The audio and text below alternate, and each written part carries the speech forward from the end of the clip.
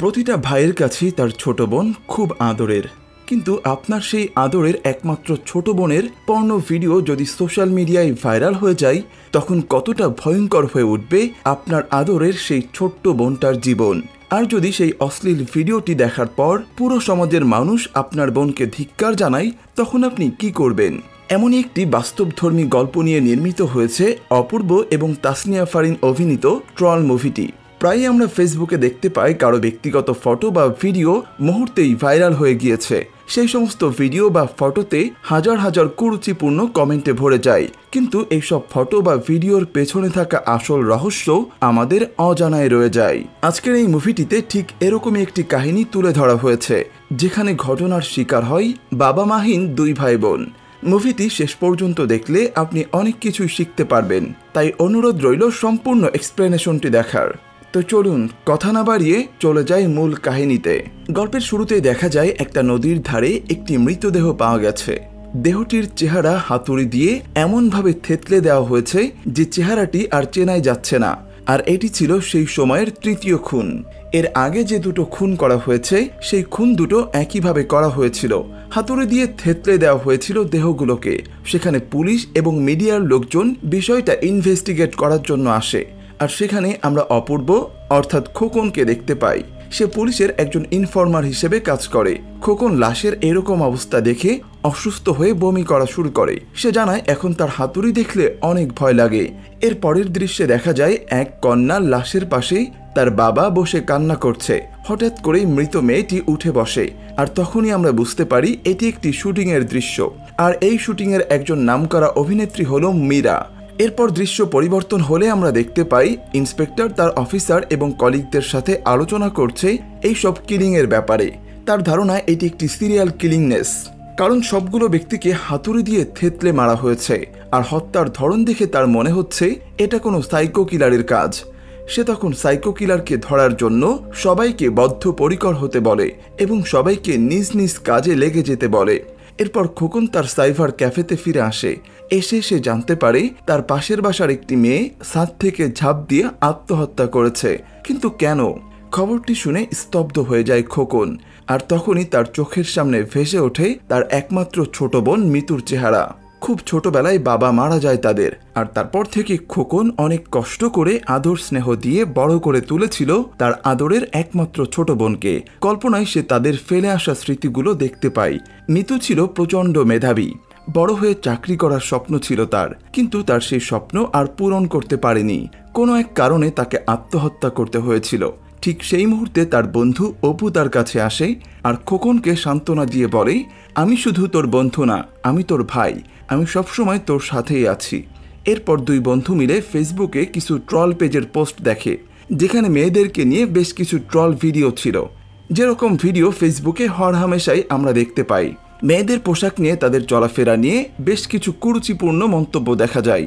খোকন তখন তার বন্ধুকে বলে, এই পেজের এডিটর অ্যাডমিনের আইডিটা আমাকে বের করে দিতে পারবি? তখন তার বন্ধু বলে, রাতের মধ্যেই বের করে দিব। অন্যদিকে দেখা যায় মীরা শুটিং শেষ করে রাতে বাসায় ফিরেছে। বাসায় তার অসুস্থ মা তার জন্য অপেক্ষা করছে। সে এখনো তার জন্য না খেয়ে জেগে আছে। তাই মীরা একটু অভিমান করে তার মাকে শাসন করে। তারপর মীরা নিজের ঘরে চলে যায়। একটু পরেই মীরার মোবাইলে একটা মেসেজ আসে, আর সেই মেসেজটা দেখে সে একদম বিচলিত হয়ে যায়, কারণ কেউ একজন তাকে তার একটি ব্যক্তিগত ভিডিও নিয়ে খুব বিরক্ত করে যাচ্ছে। একবার তাকে খুব মোটা অঙ্কের টাকা দেওয়া সত্ত্বেও সে আবারও মীরাকে ব্ল্যাকমেইল করা শুরু করেছে। মীরা তখন তার বান্ধবীকে ফোন করে।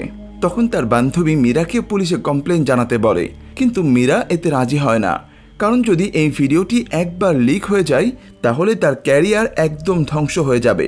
এইদিকে খোকনের বন্ধু সেই অ্যাডমিনের আইডি জোগাড় করে দেয়। লোকটির নাম হাসান। তখন খোকন সেই অ্যাডমিনকে মেসেজ করে আর বলে, আমি আপনার অনেক বড় একজন ভক্ত, আমি আপনার সাথে ট্রল ভিডিও নিয়ে কাজ করতে চাই। আপনার কাছে অনেক মেয়ের এমন এক্সক্লুসিভ ভিডিও আছে, আপনি চাইলে এমন একটি ভিডিও আমি আপনার সাথে শেয়ার করতে পারি।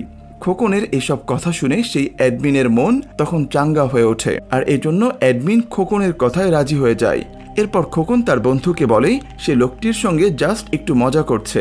এরপর দেখতে পাই মীরা নামাজ পড়ে আল্লাহর কাছে দোয়া করছে যেন তার মা খুব দ্রুত সুস্থ হয়ে যায়। এরপর সেখানে তার ছোট ভাই আসে আর বলে, আপু তুই তোর ফ্যান পেজটা নষ্ট করে দে, মানুষ অনেক নোংরা নোংরা কমেন্ট করে আর বাবা মাকে তুলেও অনেক গালিগালাজ করে। এটা শুনে মীরা একটু অপ্রস্তুত হয়ে যায় আর সে তার ভাইকে জানিয়ে দেয় এইসব ভিডিও আর লোকের কথায় কান না দিতে। এরপর থেকে মীরার ফোনে একের পর এক নোটিফিকেশন আসতেই থাকে। সে দেখতে পায় ফেসবুকে তার একটি ছবি নানা রকম কুরুচিপূর্ণ মন্তব্যে ভরে গেছে। হঠাৎ করে ড্রামাডাইজড হয়ে যায় মীরা। সে কি করবে, কোথায় যাবে ঠিক বুঝতে পারছে না। এদিকে খোকন একজন হোকারের কাছে যায় এবং বেশ কিছু টাকার বিনিময়ে সে তার ছবি তুলতে তাকে রাজি করায়। এরপর খোকন মেয়েটির বেশ কিছু ছবি তুলে নেয়। মূলত খোকন এই ছবিগুলো সে এই পেজের অ্যাডমিনকে পাঠাবে। পরের দৃশ্যে দেখা যায় অফিসার তার কিছু কলিগদেরকে নিয়ে সেই সিরিয়াল কিলারের ব্যাপারে আলোচনা করছে। সেখানে সন্দেহের তালিকায় ছিল মন্ত্রীর এক নেশাখোর ছেলে, ঠিক তেমনই ছিল একজন ষাটোর্ধ্ব বয়সের কাঠমিস্ত্রি। মোট 5 লোকের একটা লিস্ট তৈরি করা হয়। এই ব্যক্তিগুলো নিজেই অথবা এদের সহযোগিতায় বিভিন্ন সময়ে বিভিন্ন মানুষকে হাতুড়ির সাহায্যে খুন করা হয়েছিল। এদের মধ্যে একজন ছিল জেল হাজতে আর বাকি সবাই ছিল পলাতক। অফিসার মাত্র 1 সপ্তাহের মধ্যেই এই 4 জনকে খুঁজে বের করার নির্দেশ দেয় আর তার কথা মতো সবাই নিজ নিজ কাজে লেগে পড়ে। এরপর খোকন সেই মেয়ের ছবিগুলো অ্যাডমিনকে পাঠায়। ছবিগুলো দেখে অ্যাডমিন খুব খুশি হয়ে যায় এবং সে খোকনের সঙ্গে সেদিন বিকেলেই দেখা করতে চায়। ঠিক এই সময় খোকনের মাথায় অন্য একটা প্ল্যান চলতে থাকে, যেটা হয়তো আমরা সবাই একটু হলেও আন্দাজ করতে পেরেছি। এর পরের দৃশ্যে দেখা যায় মীরার হ্যালুসিনেশন হচ্ছে। বিভিন্ন মানুষের নেগেটিভ কমেন্টস তাকে চারদিক থেকে ঘিরে ধরেছে আর এই মানসিক যন্ত্রণা সহ্য করতে না পেরে সে স্লিপিং পিল নেওয়া শুরু করে। পরের দৃশ্যে দেখা যায় খোকন সেই অ্যাডমিনের সাথে দেখা করে এবং অ্যাডমিনকে বলে সে তার মস্ত বড় একজন ফ্যান। এরপর খোকন সেই অ্যাডমিনকে জিজ্ঞেস করে, এই যে আপনারা ক্লিক বেটের জন্য একটা ভালো মেয়েকে খারাপ আখ্যা দিয়ে দেন, ভালো ছবি এডিট করে অশালীন বানিয়ে দেন, এতে আপনাদের খারাপ লাগে না? তখন হাসান বলে, আরে ভাই, এই দেশের মানুষ এখন এইগুলাই খায়। আপনি যখন ভালো কিছু দেবেন তখন সেগুলো কেউ দেখবে না, কিন্তু যখন আপনি কন্ট্রোভার্সি কিছু দিবেন দেখবেন সেগুলোর সাথে সাথে সেগুলো ভাইরাল হয়ে যাবে। কথায় কথায় খোকন বুঝে যায় যে লোকটি নেশাখোর, তাই খোকন তাকে নেশা করাবে বলে প্রতিশ্রুতি দেয়। অন্যদিকে মীরাকে সেই ব্ল্যাকমেইলার কল দিতেই থাকে। সে মীরাকে তার বেড পার্টনার বানাতে চায়। এই কথাগুলো শুনে মীরা মারাত্মক মানসিক যন্ত্রণায় ভুগতে থাকে। সে কি করবে কিছুই বুঝতে পারছিল না। আসলে মীরা ভালো চরিত্রের একটা মেয়ে, সে শুধুমাত্র একটা ছেলেকেই ভালোবাসতো, কিন্তু এই মুহূর্তে তার কিছুই করার নেই। পরের দৃশ্যে দেখা যায় অ্যাডমিনের প্রচণ্ড নেশার টান উঠেছে আর এই জন্য সে খোকনকে ফোন করে বলে তার জন্য নেশার ব্যবস্থা করতে। তখন খোকন তাকে সন্ধ্যা পর্যন্ত অপেক্ষা করতে বলে। তখন খোকন অফিসারের কাছে যায় এবং একটি ঠিকানা দিয়ে বলে এই ঠিকানায় ইয়াবার ব্যবসা হয়। সে আরও বলে একদিন পর সেখানে রেড দিলেই সব ব্যবসায়ী ধরা পড়বে। সব ঠিকানা দিয়ে খোকন সেখান থেকে চলে আসে, কিন্তু অফিসারের উল্টো খোকনকে সন্দেহ হয়, তাই সে তার এক কলিগকে খোকনের উপর নজর রাখতে বলে। এরপর খোকন যায় সেই অ্যাডমিনের কাছে এবং গিয়ে বলে পুলিশ এখন সব জায়গায় রেড দিচ্ছে, তাই একটু নিরাপদ জায়গায় গিয়ে খেতে হবে। যেহেতু অ্যাডমিনের নেশার খুব টান উঠেছে তাই সে খোকনের সাথে যেতে রাজি হয়। এরপর খোকন লোকটিকে নিয়ে রওনা হয়। এর পরের দৃশ্যে আমরা দেখতে পাই খোকন অ্যাডমিনকে বেঁধে রেখেছে এবং খোকনের হাতে একটা হাতুড়ি। তবে কি খোকনই সেই সিরিয়াল কিলার? এরপর খোকন অ্যাডমিনকে একটা ছবি দেখায় এবং বলে এই লোকটিকে। তখন অ্যাডমিন বলে এটা আমার মা। তখন খোকন বলে না না, মায়ের পায়ের নিচে তো সন্তানের বেহেশত, এটা বাদ। তারপর খোকন অ্যাডমিনকে আরও একটা ছবি দেখায় এবং প্রশ্ন করে এইটাকে। তখন হাসান বলে এটা তার বোন, সে তার বোনকে অনেক ভালোবাসে। এটা শুনে খোকন বলে আমিও আমার বোনকে অনেক ভালোবাসতাম। তখন হাসান বলে ভালোবাসতেন মানে? আপনার বোনের কি হয়েছে? তখন খোকন বলে আপনার মতোই কয়েকজন তাকে মেরে ফেলেছে, একটা ভিডিও বানিয়ে সেটাকে ট্রল ভিডিও বানিয়ে দিয়েছে। তারপর খোকন বলে আমিও আপনার বোনের একটা ভিডিও বানিয়েছি, আরে আপনার কাছ থেকেই তো শিখেছি। এটা বলে খোকন অ্যাডমিনের বোনের এডিট করা একটা অশালীন ভিডিও দেখায়। নিজের বোনের এমন অশালীন ভিডিও দেখে লোকটি পাগলের মতো কাঁদতে থাকে। তখন খোকন বলে এই ভিডিওটি তোর পেজে দে, তাহলে অনেক টাকা কামাতে পারবি। এটা শুনে সেই লোকটি কাঁদতে কাঁদতে বলে ভাই আমাকে মেরে ফেলুন, তাও এসব বন্ধ করুন। তখন খোকন সেই ভিডিওটি ডিলিট করে দেয়। তারপর খোকন বলে একবারও কি তোদের মনে হয় না তোরা যাদেরকে নিয়ে এই ভিডিওগুলো বানাস তারা এই ভিডিও সহ্য করতে পারবে কিনা? এই মজা, এই ট্রল যদি তোর পরিবারের সাথে হয় তাহলে কি তুই সহ্য করতে পারবি? মানুষকে সেই আঘাত কেন দিস যেটা তুই নিজে সহ্য করতে পারিস না। তারপর খোকন বলে, আমি তোকে ছেড়ে দেব, তুই শুধু আমাকে বল আমার বোনের ভিডিওটা কে করেছে। তখন অ্যাডমিন জানায় এই ভিডিওগুলো নানান সোর্স থেকে আসে, তাই সে জানে না ভিডিওটা কোথা থেকে এসেছিল। তারপর খোকন হাতুড়ি দিয়ে তার 2 হাত থেতলে দেয় যাতে এই হাত দিয়ে আর কোনোদিন সে কোনো ভিডিও এডিট করতে না পারে। তারপর খোকন বলে, পাল্টা আঘাত আঘাতের চেয়ে সবসময় বেশি তীব্র হয়। এরপর একের পর এক আঘাত করে সে অ্যাডমিনকে খুন করে ফেলে। এরপর ফ্ল্যাশব্যাকে দেখতে পাই খোকনকে তার ছোট বোন মিতু গান গেয়ে শোনাচ্ছে। এখন মিতুর গান শুনে খোকন মুগ্ধ হয়ে যায় আর বোনকে প্রমিস করে সে তাকে একটা গিটার কিনে দেবে। পরের দিন মিতু কলেজ থেকে বাসায় ফিরছিল, তখন তার এক বান্ধবী তাকে ফোন করে জানায় তার একটা ভিডিও নাকি ফেসবুকে খুব ভাইরাল হয়ে গিয়েছে। তখন মিতু দেখতে পাই তার ছবির সাথে খুব বাজে একটা ছবি সংযুক্ত করে নোংরা কিছু থাম্বনেল এবং টাইটেল অ্যাড করে দেওয়া হয়েছে। এটা দেখে মিতু স্তব্ধ হয়ে যায়। এরপর সে তার ভাইকে ফোন করে অনুরোধ করে সে যেন তার ফেসবুক বা ইউটিউবে না ঢোকে, কারণ মিতু এসবের কিছুই জানতো না। ভিডিওটি কি ছিল, কে করেছে, কিছুই সে জানতো না। ভিডিওটি নিয়ে চারিদিকে শোরগোল পড়ে যায়, যার কারণে সত্যতা যাচাইয়ের সময়টুকু পায়নি মিতু। অপমান আর ট্রল সহ্য করতে না পেরে সে ছাদ থেকে লাফ দিয়ে আত্মহত্যা করে নেয়। বাড়ির সামনে এসে খোকন তার ছোট বোনের লাশ দেখতে পায়, আর এই দৃশ্যটি দাঁড়িয়ে দাঁড়িয়ে ভিডিও করছে আমাদেরই অসুস্থ সমাজের কিছু মানুষ, আর তাদেরকে থামাতেই হাতে হাতুড়ি তুলে নেয় খোকন। আর সেদিনের পর থেকে খোকনের একমাত্র সঙ্গী এই হাতুড়ি। এরপর সিন বর্তমানে আসে। পুলিশ সেই অ্যাডমিনের লাশ খুঁজে পায়। অফিসার তখন খোকনকেই সন্দেহ করতে থাকে, আর এই জন্য সে খোকনের খোঁজ লাগাতে বলে। আর এইদিকে মীরা তার হবু স্বামীর সাথে রেস্টুরেন্টে বসে খাবার খাচ্ছিল। ঠিক তখনই তার হবু স্বামীর মোবাইলে একটা লিঙ্ক আসে, যে লিঙ্কটা ছিল মীরার ফেক ভিডিওর লিঙ্ক। এটা দেখে মীরা আরো একবার মানসিকভাবে ভেঙে পড়ে আর সে সেখান থেকে চলে আসে। পরের দৃশ্যে দেখা যায় অ্যাডমিনের পোস্টমর্টম এবং কল লিস্টের যাবতীয় তথ্য পুলিশের কাছে আসে। সেই সাথে তার ফেসবুক আইডি এবং পেজের সমস্ত ডিটেলস চলে আসে পুলিশের কাছে। পুলিশ খুব সহজেই তার ইনবক্সের মেসেজ সহ সব অ্যাক্টিভিটিস বের করে ফেলে। এইদিকে সেই ব্ল্যাকমেইলার মীরার কাছে আবারও মেসেজ পাঠায় সেই ফেক ভিডিওটি সে নেটে আপলোড করেছে। সে তখন মীরাকে হুমকি দেয় মীরা যদি তার কথা না শুনে তাহলে তার কাছে থাকা মীরার আসল ভিডিওটি সে ফাঁস করে দেবে। মীরা নিজেকে কোন রকম সামলে শুটিং এ মনোযোগ দেয়। আর ঠিক এই সময় সেখানে খোকন আসে মীরার সাথে কথা বলতে। প্রোডাকশন বয়কে মীরার সাথে কথা বলিয়ে দেওয়ার জন্য অনুরোধ করলে সে জানায় সে চেষ্টা করবে। এদিকে টিভিতে মীরার সেই ফেক ভিডিওটি নিয়ে নিউজ দেখানো হয় এবং এইসব সাইবার বুলিং এর বিরুদ্ধে প্রশাসনের দৃষ্টি আকর্ষণ করতে বলা হয়। নিউজটি দেখে অফিসার একটি সোর্স খুঁজে পায়। সব ভিকটিমেরই একটি করে পেজ ছিল, আর তারা সবাই সেখানে অশালীন ভিডিও পোস্ট করত আর মানুষকে ট্রল করত। এদিকে খোকন মিয়ার সাথে দেখা করতে না পারলেও প্রোডাকশন বয়কে ম্যানেজ করে মীরার বাসার ঠিকানাটা নিয়ে নেয়। এদিকে খোকনের বন্ধু খোকনকে আরো একটা অ্যাডমিনের অ্যাড্রেস দেয়। রাকিব নামের একজনের পেজ থেকে মীরার ভিডিওটি আপলোড করা হয়েছিল।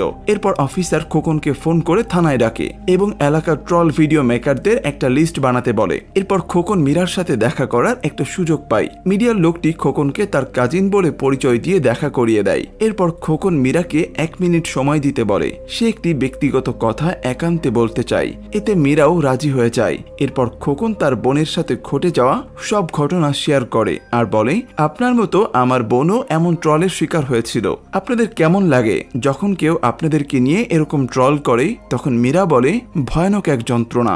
এরপর মীরা মুখ ফসকে বলে ফেলে তার ব্ল্যাকমেইলের কথা, কিন্তু তৎক্ষণাৎ সে বিষয়টা এড়িয়ে যায়। তখন খোকন মীরাকে বলে, কখনো কোনো বিপদে পড়লে এই ভাইটাকে অবশ্যই স্মরণ করবেন। এটা বলে সে চলে আসে। এরপর খোকন দ্বিতীয় অ্যাডমিনের সাথে দেখা করে। কথা বলার এক পর্যায়ে খোকন জানতে পারে এই অ্যাডমিনের অ্যাক্টর হওয়ার স্বপ্ন ছিল। তখন খোকন বলে তার মামা একজন ডিরেক্টর। এই কথা শোনা মাত্রই লোকটির মাথা খারাপ হয়ে যায় এবং সে খোকনের সাথে ভাব জমাতে থাকে। সে তখন খোকনের কাছে অনুরোধ করতে থাকে আর বলতে থাকে খোকন যেন তার মামাকে দিয়ে তার একটা সুযোগ করে দেয়। তখন খোকন বলে সময় হলেই ডেকে নিব। পরের দিন খোকন তাকে সেই ঘরে নিয়ে আসে যেই ঘরে সে প্রথম অ্যাডমিনকে মেরেছে। সে তখন দ্বিতীয় অ্যাডমিনকে শাড়ি পরে নাচতে বাধ্য করে আর সে তার মোবাইলের নাচের ভিডিও করতে থাকে।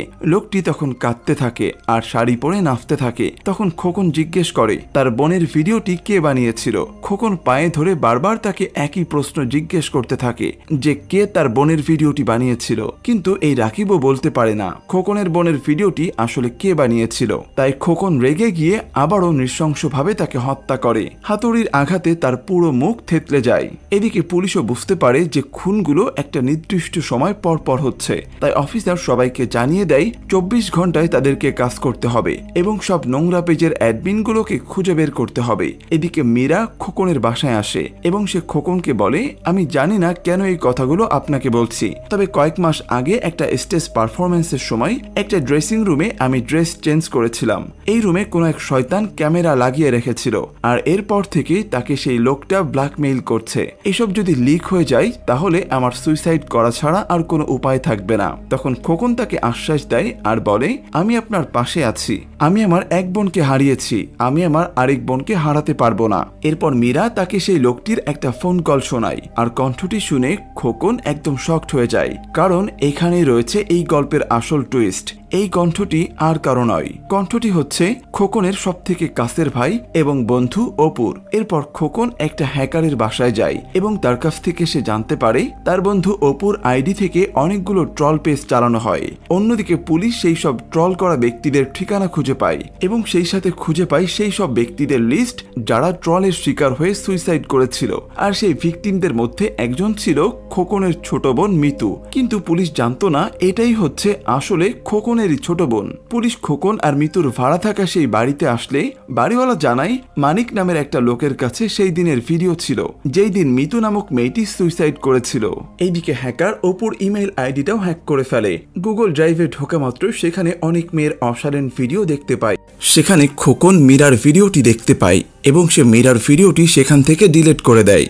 আর ঠিক তখনই সে সেখানে কিছু একটা দেখতে পায় আর সেটা দেখে সে একদমই চমকে যায়। অন্যদিকে পুলিশ সেদিনের সেই ভিডিওটি দেখতে পায় এবং তারা বুঝতে পারে সব খুনের পিছনে এই খোকনেরই হাত আছে। তাই পুলিশ খোকনকে ধরার জন্য রেড অ্যালার্ট চালু করে দেয়। এরপর খোকন অপুকে নিয়ে সেই ঘরে যায় যে ঘরে সে আগের দুটো অ্যাডমিনকে হত্যা করেছে। খোকন তখন অপুকে প্রশ্ন করে, তুই মীরা ম্যাডামকে ব্ল্যাকমেইল করছিলি কেন? অপু বিষয়টা অস্বীকার করে। তখন খোকন বলে, আরে বন্ধু, আমি তো তোর ভিডিওটা দেখেছি তোর ড্রাইভে। অপু তখন তার ইমেল হ্যাক করার জন্য খোকনকে অনেক বকাঝকা করে। এরপর সে বলে, এত সিরিয়াস হচ্ছিস কেন?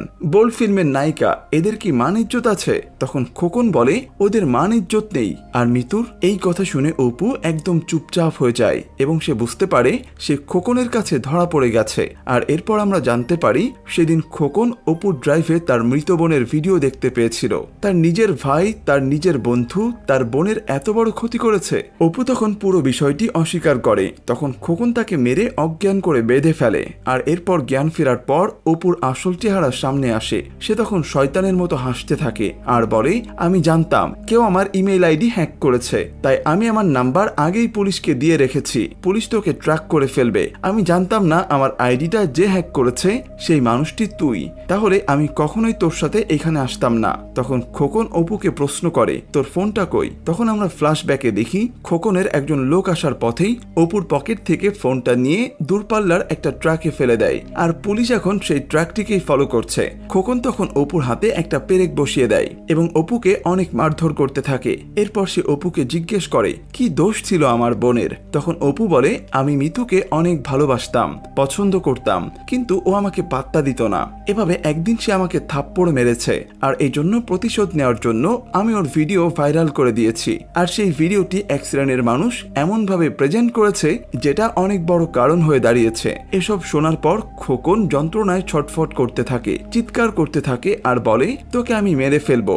এরপর রেগে গিয়ে নৃশংসভাবে হাতুড়ি দিয়ে অপুর হাত থেতলে দেয় খোকন।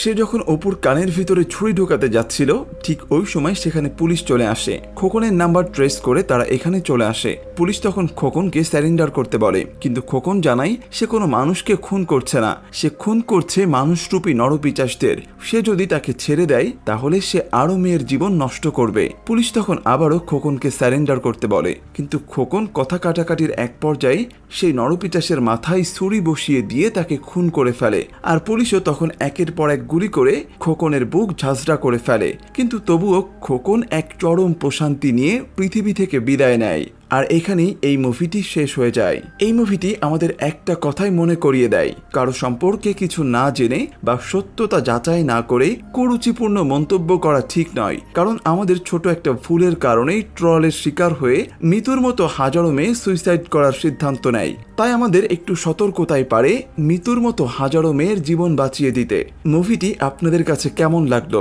সেটি অবশ্যই কমেন্ট করে জানিয়ে দিবেন। আর চ্যানেলে নতুন হয়ে থাকলে সাবস্ক্রাইব করে রাখবেন পরবর্তী মুভির এক্সপ্লেনেশন পাওয়ার জন্য।